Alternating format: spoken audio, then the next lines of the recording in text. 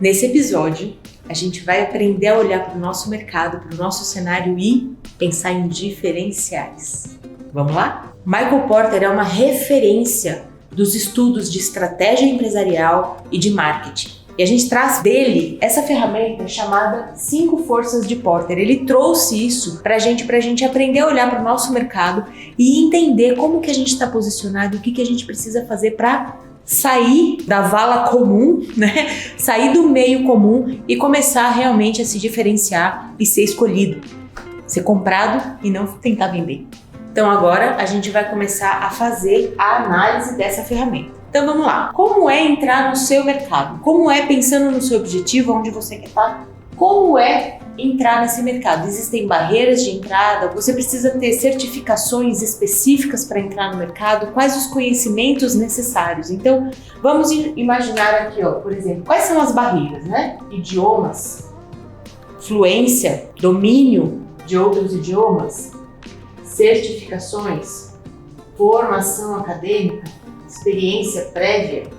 O que a gente precisa entender quando a gente olha para novos entrantes? Qual é a ameaça que a gente sofre todos os dias com uma pessoa entrando no nosso mercado de trabalho? Então, é importante a gente olhar quais são os diferenciais, quais são as exigências do mercado e o que a gente carrega de diferencial que tira a gente do cenário de ser um entrante. Então, se você está entrando agora e você está se deparando com isso, o que você pode fazer de mais rápido para você começar a ter diferenciais e não ser mais considerado um entrante? O que é um entrante? É uma pessoa que tem pouca experiência, é uma pessoa que está ainda começando a explorar o mercado. Então ela traz alguns erros, ela traz pouca senioridade no trabalho que ela entrega, não apresenta muito profissionalismo, por exemplo, uma proposta formalizada de trabalho, um papel timbrado, num processo, num fluxo de processo de trabalho com prazos bem definidos. Então, essas coisas são características, por exemplo, de novos entrantes. Escreve aí no seu quadrinho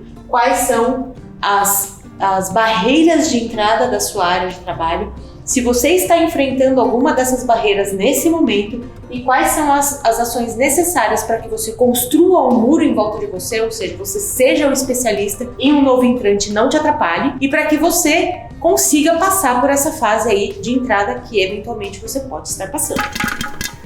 O segundo quadro fala sobre produtos substitutos. Então a carne está muito cara, a gente vai comer frango. Frango está caro, a gente vai comer ovo. Feijão está caro, eu vou trocar por outro grão. Então, como que a gente substitui, por exemplo, uma tradução audiovisual? Eu posso eventualmente usar um tradutor do Google? Posso, é um substituto. O que leva uma pessoa, uma empresa a buscar um substituto? Geralmente é preço, quando ele não tem percepção de valor ou quando não cabe de fato no fluxo de caixa dele. Ele até entende o valor que o seu serviço vai agregar, mas ele não tem fluxo de caixa. Então, onde entram os substitutos? Quem são os substitutos? Os substitutos são produtos, serviços paralelos que não entregam a tradução audiovisual, mas dá uma gambiarra, dá um jeito naquilo que ele precisa entregar, naquilo que ele precisa colocar no material dele. Então, escrevam aqui quais são os substitutos, por exemplo, Google Translator e demais tradutores que a gente eventualmente tenha aí dentro do mercado, que a gente não precisa pagar uma pessoa ou que a gente possa pagar uma mensalidade baixinha, são substitutos. Então você vai escrever aí quais são os substitutos onde você encontra pessoas trocando o seu serviço por um outro serviço. E aí você vai pensar em como demonstrar valor, quais são os seus diferenciais, o que você pode colocar no seu dia a dia de trabalho que vai agregar valor, que vai falar para o seu cliente de uma forma não financeira, que se não for você, ele não vai ter um bom serviço. Ele só vai ter um bom serviço se for o seu serviço. A gente tem também a questão do poder do cliente, poder de barganha do cliente, o quanto o cliente consegue, por exemplo, negociar preço ou prazo. Isso acontece muito se a gente tem poucos clientes e a gente depende desse cliente para ter aí o nosso rendimento mensal. Então, como é que está a concentração de renda, da sua concentração de renda na mão de 1, 2 ou 3 clientes? O ideal é que a gente consiga fazer uma pizza e dividir o faturamento de uma forma muito equilibrada. Se a gente tem, por exemplo, um cliente aqui, ó, esse cliente vai mandar em você. Por quê? Porque se ele falar, precisa ser mais rápido, eu preciso mais cedo, eu tô com urgência, e ele representa 50% do seu faturamento, você não vai falar não, você vai dar um jeito. E aí você vai, eventualmente, incorrer em erro, baixa qualidade com esse cliente ou erro ou baixa qualidade com os outros clientes que vão ficar para depois. Então é muito importante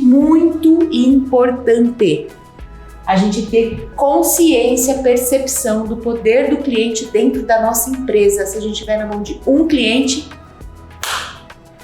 tá claro, isso é o mais importante, não fique na mão de um cliente, nunca, em hipótese nenhuma, jamais. Que bom que você... Então, o que você vai fazer se você se perceber numa situação onde você está sob o poder e comando de um cliente? Você vai escrever formas de captar novos clientes e misturar, diluir um pouco o poder desse cliente sobre você. Tati, mas eu só tenho um cliente. Ótimo, corre atrás. Então, a gente tem que distribuir o nosso faturamento de uma maneira saudável entre os nossos clientes e de uma maneira que a gente consiga dar conta no dia a dia. Se você estiver sobrecarregado, talvez você possa pensar em compartilhar o job, contratar um freela, terceirizar, ter um fornecedor. Ok aqui?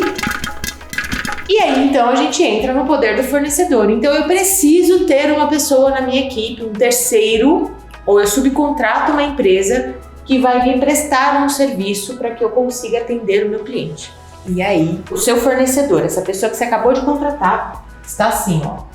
Ela tem um cliente que manda em 50% do faturamento dela e você tá aqui, ó, solicitando um job desse tamanho aqui. Qual é a chance de dar errado, certo? Se esse cliente apertar, se esse apertar, ela vai optar por atender esse outro cliente. Por quê? Porque você tem pouco poder de influência sobre esse fornecedor. Ele tem mais impacto sobre você do que você sobre ele. É importante a gente conhecer quem a gente contrata.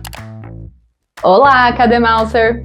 Você sabia que estes cursos gratuitos da LBM Academy são uma cortesia da Avellan? Essa ferramenta fantástica e super fácil de usar, além de te entregar as melhores legendas automáticas do mercado, também quer te ver craque em questões técnicas e de gestão. Mas, falando em legendas, eu vou chamar um amigão meu para te mostrar melhor como que a Avellan funciona. Oi gente, hoje eu vou contar como eu legendo os meus vídeos usando a Avellan. Depois de fazer login, eu clico em escolher arquivo, e aí seleciono o arquivo de vídeo ou áudio. Depois, escolho o idioma de transcrição, português, inglês ou espanhol. Antes de clicar em iniciar upload, eu uso o campo termos de referência para escrever nomes próprios e palavras mais complicadinhas. Assim já sai tudo certinho. E enquanto faz o upload, eu vou fazer o meu mate. Agora é só esperar ficar pronto aqui nessa listinha abaixo, onde eu posso baixar em diferentes formatos. As legendas ficam super precisas, com quebra de linha e segmentação profissional. Eita eficiência! Isso é o que eu chamo de IA do bem. Partiu revisar minhas legendas. Até! Incrível, né? Experimente hoje mesmo, sem custo, e transforme para sempre a sua forma de legendar. E bons estudos! Ok? Então o que a gente vai fazer aqui? A gente vai definir, vai escrever aqui quais são os poderes de barganha do nosso fornecedor. Então, se o meu fornecedor, ele tem o poder de falar, nesse prazo que você está me pedindo, eu não vou fazer, ele não é um fornecedor que vai te atender. Então, você precisa buscar outros fornecedores. Então, é importante que a gente também tenha opções de fornecedor. Porque se a gente estiver nessa situação como contratante, como cliente, a gente vai perder o job. Então, tenha opções de fornecimento do mesmo job, porque aí você vai ficar seguro. Então, poder de barganha do fornecedor, o quanto ele impacta na rotina da sua empresa, na sua entrega de resultado. E aí, por fim, falamos de concorrência. Então, concorrência é onde eu estou e como eu estou competindo com as pessoas que estão no mesmo lugar que eu e vice-versa. Então, como é a agressividade nesse mercado? É um mercado agressivo? Não é agressivo? Eu tenho um fornecedor canibalizando outro fornecedor? Ou o trabalho eventualmente acontece com muito mais parceria do que concorrência de fato? eu preciso conhecer o meu concorrente, eu preciso conhecer o mercado e entender se eu estou atendendo as demandas que estão lá e se eu estou saindo na frente do meu concorrente. Perceba que até a sirene tocou de tão importante que isso é. Então, aqui é onde mora o nosso maior perigo. Se a sirene tocou aí, também escreva o que é que você vai fazer para sair na frente da sua concorrência. Por que que a gente fala de análise de cenários e elementos dos cenários? Porque são 5 forças, porque cada um desses 5 elementos mostra pra gente onde estrategicamente a gente tem risco. Eu tenho risco de perder para novos entrantes? Eu tenho risco de ser substituído porque eu não consigo demonstrar o meu valor? Ser substituído por um serviço meia boca?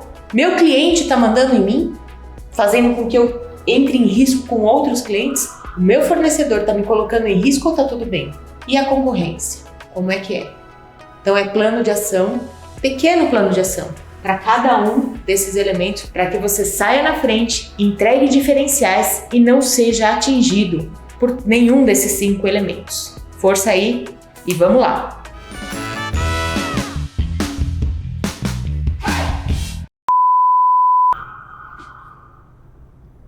Valeu, hein?